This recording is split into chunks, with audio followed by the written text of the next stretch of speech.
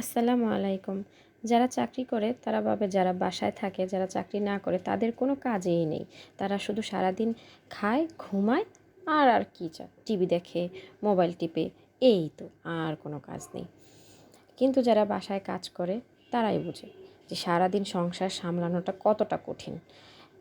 বাচ্চা-কাচ্চা, বাসার সবগুলা কাজ এক একটার পর এক একটা সিরিয়াল অনুযায়ী করা যে কী পরিমাণ কঠিন, যারা করে তারাই বোঝে।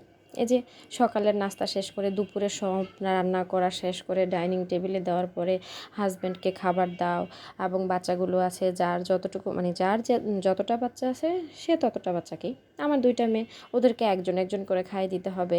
ওদেরকে আবার আলাদা আলাদা প্লেটে দিতে হয়। এরকম হলে অনেক ভালো যে একসাথে নিয়ে দুজনকে খাইয়ে দেওয়া যায়, কিন্তু না, ওদের হচ্ছে আবার ডিফারেন্ট চয়েস। মানে ওরা 2টা 2 রকম প্লেট, দুজনের খাবার আইটেম 2 রকম। একজন হচ্ছে যে একটু তরকারি দিয়ে মেখে খায়, আরেকজন হচ্ছে যে সাদা ভাত খায়। মানে এই জন্য হচ্ছে যে ওদের আলাদা আলাদা দিতে হয়। আর আজকে দুপুরে আমি বেশিরভাগ রান্নাগুলি যে ভেজিটেবলস এবং চিংড়ি মাছ দিয়ে রান্না করেছি, কারণ সকালবেলা মরিয়মের আব্বু বাজার থেকে খুব টাটকা ছোট চিংড়িটা নিয়ে এসেছিলো। তো এখানে পরে একটা লাউ নিয়ে এসেছিলো, লাউটাও খুব কচি ছিল। তো লাউটা দিয়ে চিংড়ি মাছ করে ফেললাম, লাউটা দিয়ে বটবুটি এবং আলু দিয়ে একটা ভাজি করে ফেলছি। আর করলা নিয়ে এসেছিলো, সেই করলাটা একটা করলা ভাজি করেছি, কারণ করলা ভাজিটা শুধু আমি একাই খাই, মরিয়মের আব্বু খায়, মাঝে মাঝে একটু টেস্ট করে এরকম। এই যে মা ওকে এখন মানে হচ্ছে আমার ছোটো মেয়ের প্লেটটা হচ্ছে এরকম, তো ওকে অল্প একটু ভাত দিয়ে এখন ও বুঝতে পারতেছে না যে ও কী নিবে। আর মানে এমনিতে সালাতের মধ্যে আজকে আমি শশাটাকে লম্বা লম্বা করে কেটে নিয়েছি যাতে ও হাত দিয়ে ধরে খেতে পারে।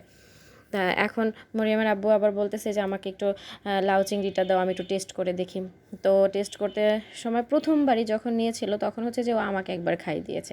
মানে তো ও আমাকে বলতেছে যে তুমি খেয়ে দেখো টেস্ট কেমন হয়েছে। আমি বলছি না, তুমি খেয়ে দেখো। মানে ও বলতেছে না, আগে তুমি টেস্ট করে দেখো, পরীক্ষা করে দেখো কীরকম হয়েছে, খারাপ হলে যদি আবার আমার কিছু হয়।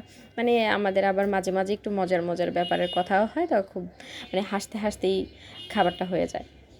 তো আবার কি করলো, মা বলতেছে আমাকে এটা দাও। তো এটা হচ্ছে যে বটবটি, আলু এবং চিংড়ি মাছ। এটা দেখে ওর ভালো লাগছে, ওর হাত দিয়ে একটা শশা নিয়ে নিছে। আমি শশাটাকে এই জন্য এরকম লম্বা করে কেটে রেখেছি যাতে ও আবার হাত দিয়ে নিয়ে একটু খেতে পারে। তো আমি ওদের জন্য আবার মুরগির মাংস রান্না করেছিলাম মুগ ডাল দিয়ে, কারণ ওরা আবার ভেজিটেবলস যদি না খায় সেজন্য মুরগির মাংসটা মুগ ডাল দিয়ে রান্না করে রেখেছি। তা এখন মরিয়ম বলতেছে আমাকেও একটু এই চিংড়ি মাছ আর বটবটি আলুটা দাও। মানে যে ওর বাবা নিয়েছে, বোন নিয়েছে, এখন ও নেবে, টেস্ট করে দেবে। অবশ্য অনেক বাচ্চারাই থাকে যে ভেজিটেবলস পছন্দ করে, কিন্তু অনেকে আবার পছন্দ করে না। তো যারা সবজি খায় তারা খুব ভালো। ও আজকে মরিয়ম এবং মাকে আমি সবগুলা তরকারি থেকে অল্প অল্প অল্প অল্প পরিমাণে দিয়ে দিলাম। খেলে খাবে, না খেলে রেখে দেবে, আমি পরে খেয়ে নেব। আর ওদের খাওয়া শেষ করেই আমাকে খেতে হয়, কারণ ওরা যতটুকু না খায় পরবর্তীতে আবার আমি ততটুকু খেয়ে নিতে হয়। তো ওদেরকে একজন একজন করে খাওয়া শেষ করে তারপর আমি খাবো।